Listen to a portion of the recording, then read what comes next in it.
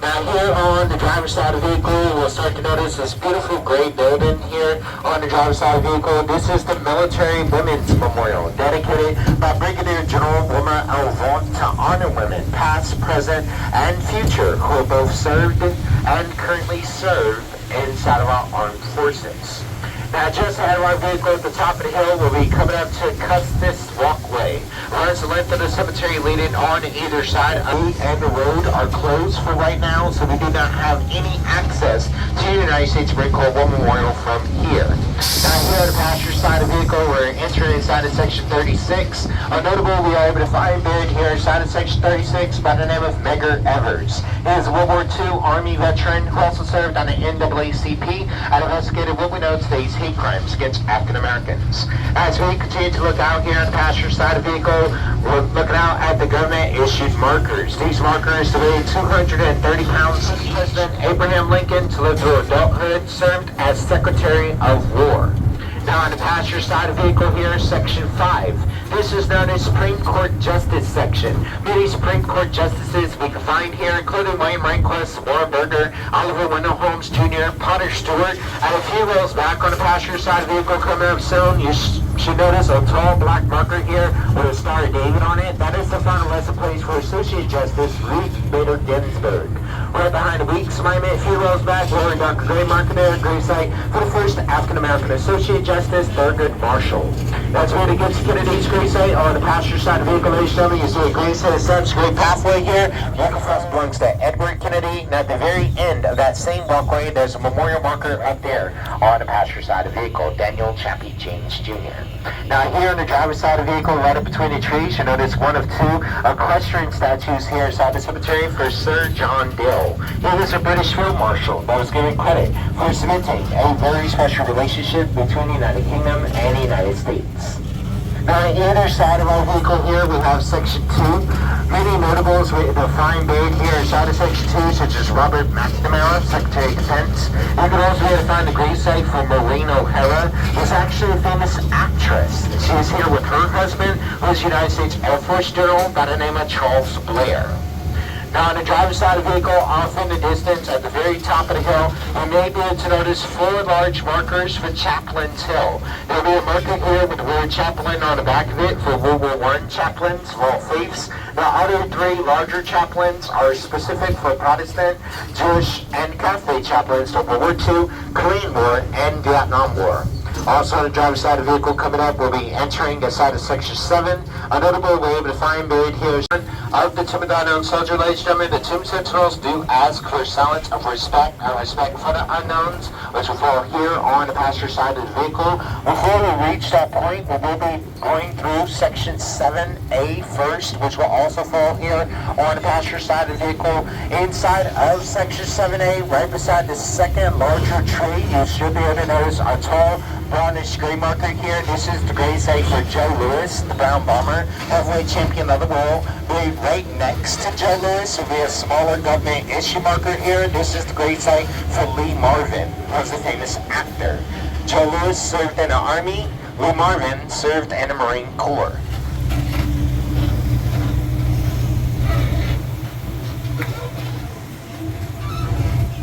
Notables we're to find buried here inside the Section 6, one by the name of Lieutenant Commander Barbara Allen Rainey. She's the first female aviator pilot. Another notable we're able to find buried here inside the Section 6 by the name of Lieutenant General John Lejeune, who's coming out of the Marine Corps. He also has a camp named after him in North Carolina, Camp Lejeune.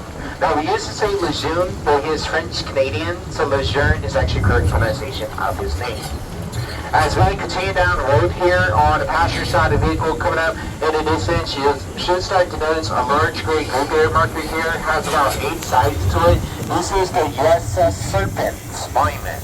Now there are 250 remains underneath this large graveyard marker here on the passenger side of the vehicle. It was a large ammunition ship that exploded on the coast of the Guadalcanal, and one of the largest losses in Coast Guard history, the USS Serpent. As we continue to look out here at the passenger side of the vehicle, ladies and gentlemen, you start to notice these other larger markers here. They also have many names on them. These are also group bearer markers. And instances where service members serve together and die together, such as a helicopter incident or even a shipwreck, the remains are most likely commingled or all together, therefore placed inside of one marker. And that is what we're noticing here on the passenger side of the vehicle with the group bearer markers.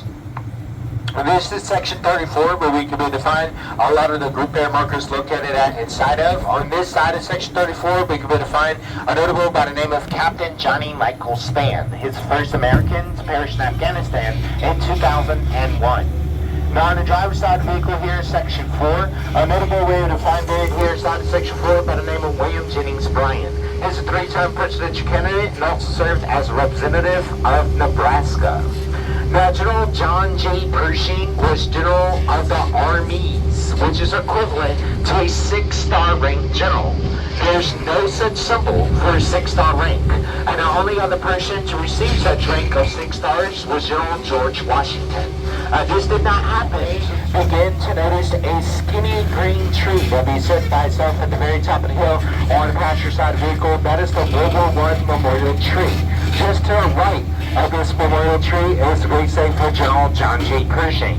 On the left of the memorial tree is the great safe for General John J. Pershing's 2 grandsons who fought during Vietnam. And just please wait to safely come to a complete stop.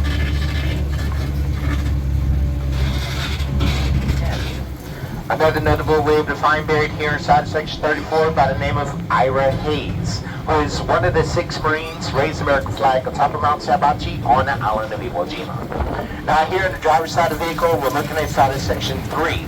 Many notables we're able to find buried here inside of section 3, one by the name of Major Walter E. Reed. Found a cause of fever, found out that they're here. Now there are 4 unknowns that are up here: World War I, World War II, Korean War, and Vietnam War. Now the cemetery was actually able to identify through DNA testing who the Vietnam unknown was. Found out that it was in fact Lieutenant Michael Blassie, who was able to be reinterred with his family back in St. Louis, Missouri. Now here on the driver's side of the vehicle, you start to notice these markers a little bit closer together than the regular government issue markers. You may be able to read the words "in memory of" written on the front of the majority of the markers here on the driver's side of the vehicle. These are cenotaphs or memorial markers, allowing us to understand the fact that there are no remains underneath these markers. The memorial sections are also lettered instead of numbered. Now inside of Memorial Section C, which we're able to find here inside of the cemetery, you can be able to find 5 memorial markers for the 5 Sullivan brothers who perished on the USS Juneau on the coast of the Guadalcanal, and because of their deaths, the military adopted the sole survival policies to discourage siblings serving on the same unit. If you've ever watched the movie Saving Private Ryan, that movie can be able to help us understand who the Sullivan brothers were. As we're ready to make our next turn, coming up on the driver's side of the vehicle, ladies and gentlemen, we'll be entering inside of section 21. Section 21 here inside the cemetery is known as the nurses section. We can find many fallen nurses who relate to us inside of this section coming up soon on the driver's side of the vehicle. Also in the path, you may find a sign here that says, "Please do not toss coins." Directly beside the sign, find a resting place for Major Audie Murphy, one of the most decorated soldiers of World War II.